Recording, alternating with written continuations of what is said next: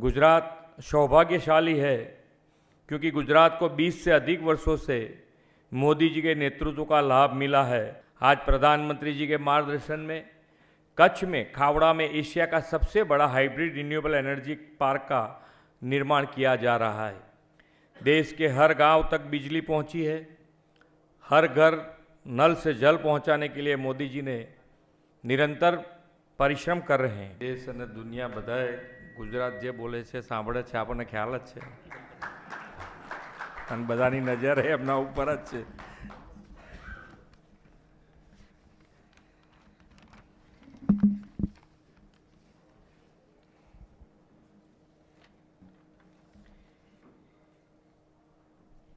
Indian express द्वारा आयोजित states of hope कार्यक्रम में अपनी सौनी साथे उपस्थित गुजरात के रेसिडेंट एडिटर श्री लीना मिश्रा जी और आप सब आमंत्रित मेहमान और सब यज्ञवाचक गण, आप सबको मेरा नमस्कार। विश्व के सर्वाधिक लोकप्रिय नेता और देश के यशस्वी प्रधानमंत्री श्री नरेंद्र मोदी जी के नेतृत्व और मार्गदर्शन में गुजरात की विकास यात्रा और भविष्य के आयोजनों को जानने के लिए states of Gujarat infrastructure the promise of transformation development का यह पैनल डिस्कशन एक उत्तम मंच है। इंडियन एक्सप्रेस ग्रुप को मैं इस इवेंट के आयोजन के लिए धन्यवाद देता हूं। हाल ही में गुजरात में 2 घटनाएं हुई हैं जो गुजरात के नेचर को दिखाती हैं। आदरणीय प्रधानमंत्री जी ने बेट द्वारका को जोड़ते हुए सुदर्शन सेतु का लोकार्पण किया, साथ ही समुद्र में डूबी प्राचीन द्वारका नगरी को वंदन किया। यह है गुजरात की पहचान, जहां विरासत भी है और विकास भी है। आज देश में प्रधानमंत्री जी श्री मोदी जी के नेतृत्व में भारत में विरासत की पुनर्स्थापना के साथ फ्यूचरिस्टिक इंफ्रास्ट्रक्चर डेवलपमेंट हो रहा है। भारत में एक और काशी विश्वनाथ कॉरिडोर और उज्जैन महाकाल कॉरिडोर बना है, तो दूसरी ओर करीब 35 किलोमीटर प्रतिदिन की गति से हाईवे का निर्माण हो रहा है। एक तरफ राम मंदिर का निर्माण हुआ तो दूसरी ओर देश में प्रधानमंत्री योजना तहत 4 करोड़ आवास और 17 नए एम्स का भी निर्माण हुआ है। आज प्रधानमंत्री श्री नरेंद्र मोदी जी के नेतृत्व में अभूतपूर्व स्पीड और स्केल पर देश में इंफ्रास्ट्रक्चर का निर्माण हो रहा है।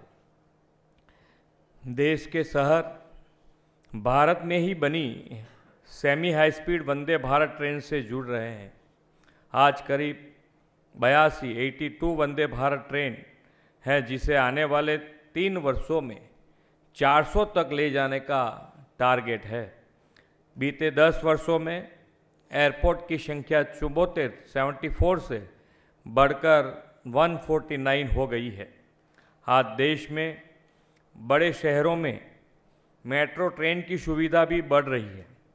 2014 में केवल 5 शहरों में मेट्रो का नेटवर्क था, आज करीब 20 से अधिक शहरों तक पहुंच गया है।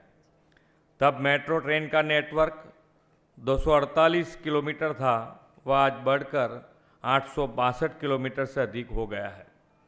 आज भारत में विश्व की सबसे ऊंची प्रतिमा स्टैच्यू ऑफ यूनिटी, विश्व की सबसे लंबी टनल अटल टनल और देश का सबसे लंबा rail road bridge Bogibeel bridge जैसे इंफ्रास्ट्रक्चर का निर्माण हुआ है।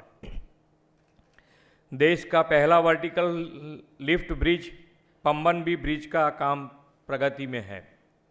देश के हर गांव तक बिजली पहुंची है। हर घर नल से जल पहुंचाने के लिए मोदी जी ने निरंतर परिश्रम कर रहे हैं। ये पिछले 10 वर्षों में आदरणीय प्रधानमंत्री मोदी जी के नेतृत्व में हुआ देश का इंफ्रास्ट्रक्चर विकास है, जिसने देश के लोगों के जीवन में बहुत ही सहजता से बदलाव लाया गया है। गुजरात सौभाग्यशाली है क्योंकि गुजरात को 20 से अधिक वर्षों से मोदी जी के नेतृत्व का लाभ मिला है और बीते 10 वर्षों में डबल इंजन सरकार ने विकास के अनेक बेंचमार्क स्थापित किए हैं। मोदी जी के नेतृत्व में गुजरात देश का पहला राज्य बना जिसके पास अपना गैस ग्रिड, इलेक्ट्रिसिटी ग्रिड और वाटर ग्रिड है। नर्मदा के बाढ़ में बहे जाने वाले पानी का मैनेजमेंट करके कैनाल नेटवर्क के माध्यम से कच्छ के आखिरी गांव तक पानी ले जाने में हम सफल हुए हैं। जब विश्व में रिन्यूएबल एनर्जी का लेकर सिर्फ चर्चाएं हो रही थी, तब मोदी जी ने गुजरात में उसी समय का सबसे बड़ा चारणगा का सोलर पार्क स्थापित किया था। आज प्रधानमंत्री जी के मार्गदर्शन में कच्छ में खावड़ा में एशिया का सबसे बड़ा हाइब्रिड रिन्यूएबल एनर्जी पार्क का निर्माण किया जा रहा है। इसी तरह पोर्ट्स की बात करें तो गुजरात में लगभग 49 पोर्ट्स ऑपरेशनल है। मोदी जी ने गुजरात में पोर्ट-लेड डेवलपमेंट की संकल्पना दी थी, जिसके कारण आज देश में सर्वाधिक कार्गो हैंडलिंग कैपेसिटी गुजरात की है। हाल ही में कुछ महीने पहले प्रधानमंत्री जी ने विश्व के सबसे बड़े ऑफिस कॉम्प्लेक्स सूरत डायमंड बुर्ज को भी देश को समर्पित किया है। देश का पहला एकमात्र फाइनेंशियल टेक सिटी गिफ्ट आज विश्व के फिनटेक्स के लिए देश का गेटवे बना है। मारुति, टाटा, फोर्ड, होंडा जैसी कंपनियों की गुजरात में उपस्थिति से गुजरात देश का ऑटो हब बना है। आदरणीय प्रधानमंत्री जी के नेतृत्व और मार्गदर्शन में देश का पहला सेमीकंडक्टर प्लांट भी कुछ ही समय में गुजरात में ऑपरेशनल होने जाएगा। इतना ही नहीं, हाल ही में केंद्र सरकार ने यह फैसला किया है गुजरात के धौलेरा में 2 और नए सेमीकंडक्टर यूनिट्स लगाए जाएंगे। इस मंच के माध्यम से गुजरात को इस उपहार के लिए मैं एक बार फिर आदरणीय श्री नरेंद्र मोदी जी के प्रति धन्यवाद व्यक्त करता हूं। हमारी इन तैयारियों से आप यह अंदाज़ा लगा सकते हैं कि गुजरात को देश का सेमीकंडक्टर हब बनाने के लिए हमारी तैयारियां कितनी बेहतर हैं। गुजरात में आज रेल, रोड, पोर्ट और एयरपोर्ट कनेक्टिविटी विश्व स्तर की हो गई है, जो गुजरात को विदेश व्यापार के लिए एक उत्तम स्थान बनाती है। 20 वर्ष में गुजरात में 55 बिलियन $US से अधिक का विदेशी निवेश आया है। गुजरात में उपलब्ध ह्यूमन रिसोर्स, बेहतर कानून व्यवस्था, बिजनेस फ्रेंडली पॉलिसी और स्टेबल गवर्नमेंट के कारण आज हमारा राज्य व्यापार और उद्योग के लिए अनुकूल राज्य बना है। माननीय प्रधानमंत्री जी के नेतृत्व और मार्गदर्शन में गुजरात पॉलिसी ड्रिवन स्टेट बना है। हमने राज्य में सेक्टर स्पेसिफिक पॉलिसीज का गठन किया है, जो गुजरात में विविध क्षेत्रों के विकास को बल देता है। इसी तरह श्री नरेंद्र भाई का एक और brain child concept vibrant Gujarat summit ने भी राज्य के विकास को एक नई ऊंचाई देने में महत्वपूर्ण भूमिका निभाई है। 2003 से 2024 तक इसके 10 एडिशन आयोजित हो चुके हैं और इस इवेंट ने उद्योग, निवेश और रोजगारी के मामलों में एक के बाद एक नए कीर्तिमान स्थापित किए हैं। जनवरी 2024 में आयोजित की गई वाइब्रेंट समिट की सफलता ने प्रदेश में उभरते क्षेत्रों के लिए विकास के कई नए द्वार खोले हैं।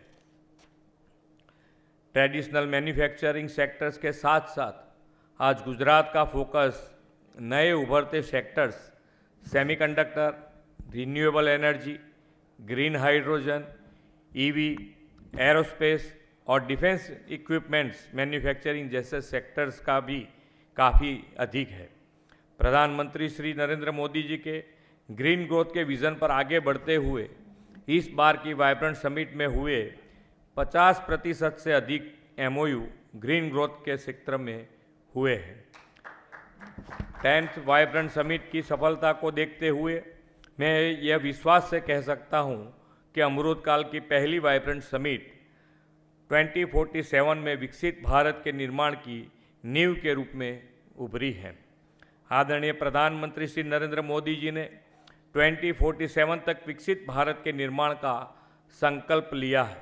गुजरात देश का पहला राज्य है जिसने इस संकल्प को हासिल करने के लिए पूरा रोड मैप तैयार किया है और विजन डॉक्यूमेंट विकसित गुजरात और एट 2047 को लॉन्च किया है।